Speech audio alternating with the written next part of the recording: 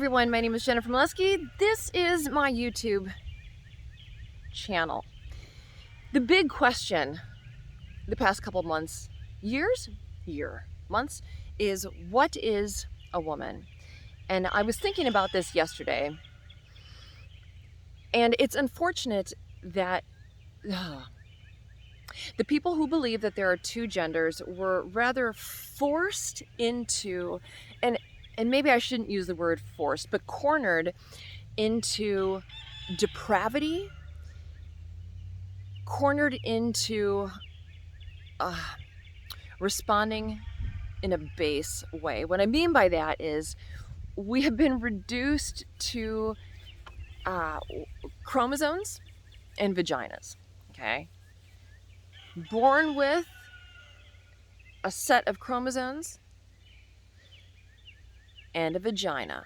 Okay, but then we go, well, what about the people who were born with like an abnormality? Because it happens. So the other team will say, well, they'll have all these loopholes. Okay, a woman is someone who can have children. Well, what about when you have a hysterectomy? Are you still a woman? So it's an unfair, they're coming at us unfair because I think way down in their way down deeps, they know. It's so easy to nitpick and to have bad faith. But it's also reasonable, because if you're on the other team, of course you're going to do that. So we have been reduced to a vulgarity. But here's the thing. Everyone knows that to be a woman is something different, unique. There's an essence to it. Okay. If you believe in God or not, it doesn't matter. Just imagine that when a woman is created, life, vitality, special essence is breathed into her. Every woman knows she is more than a vagina. And the hard left, knows that. They know what it is to be a woman or a man, but in this case, a woman, is really so special. It's like spiritual, godlike, important, sacred. And you can't name that. So they use that against us. And they will say, fairly, being a woman is so much more than that. And since you can't name it, then I can tell you that we know what it is together. Like a man can say, I'm a woman. I'm a man. I'm a woman. He can say that and say whatever that magic essence is to be a woman, I have it.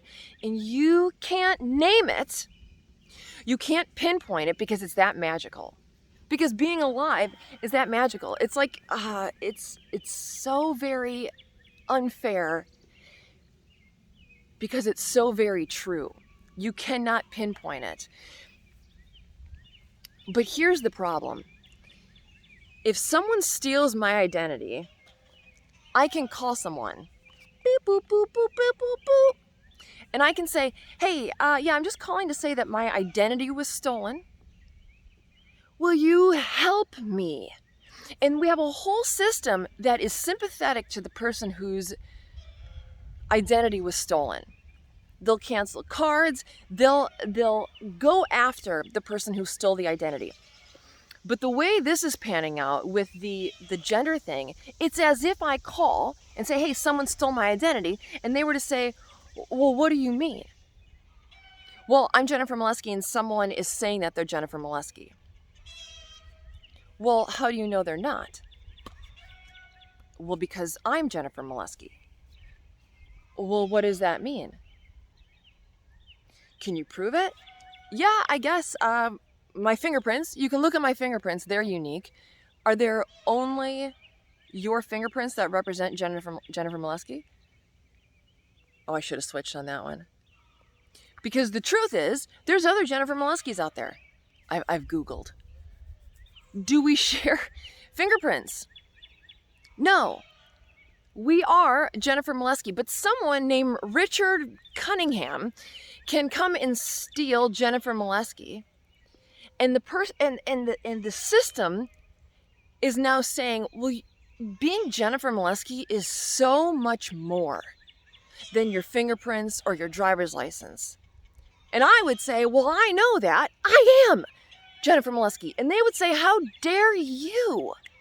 How dare you diminish someone else when they say that they are Jennifer Molesky? They have a right, because being Jennifer Molesky is something intrinsic, and only Jennifer Moleskys know. This is exactly what's happening. Being a woman is more special than chromosomes and vaginas and lactation and voice box size, bone density, but we're reduced to all these. We never planned for it. It would be like me when I'm thinking about things to worry about, thinking, well, how would I explain? How can I prove I'm Jennifer Molesky? What's that famous course from a million years ago? It's like a psychology course or a philosophy. I think therefore I am. What's the evidence that we exist? It's hard to define. Well, that's the magic of it. And they're using the magic against us. It's brilliant. I mean, you have to appreciate the brilliance of it. But the brilliance, yin and yang, is also the sheer stupidity that we even have to argue this. The system is set up where if someone steals my identity, the sympathy is for me. But they are setting up a worldwide system where the sympathy goes to the thief.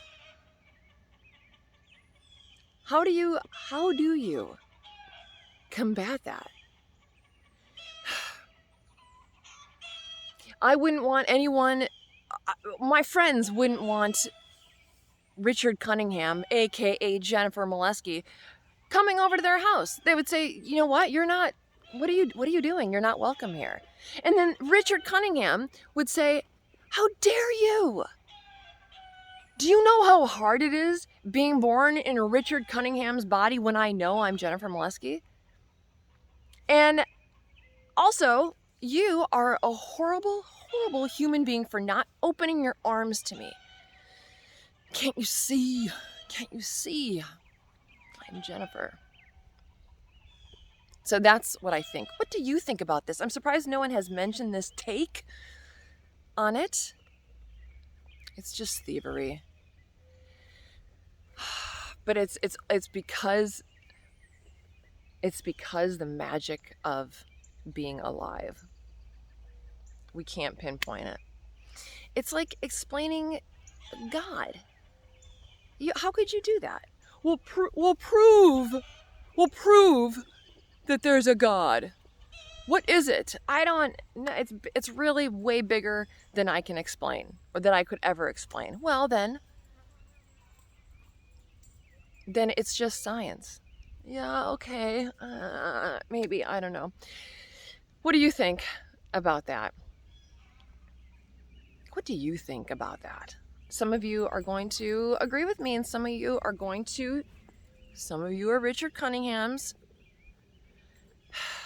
The thing is I want you to be Richard Cunningham.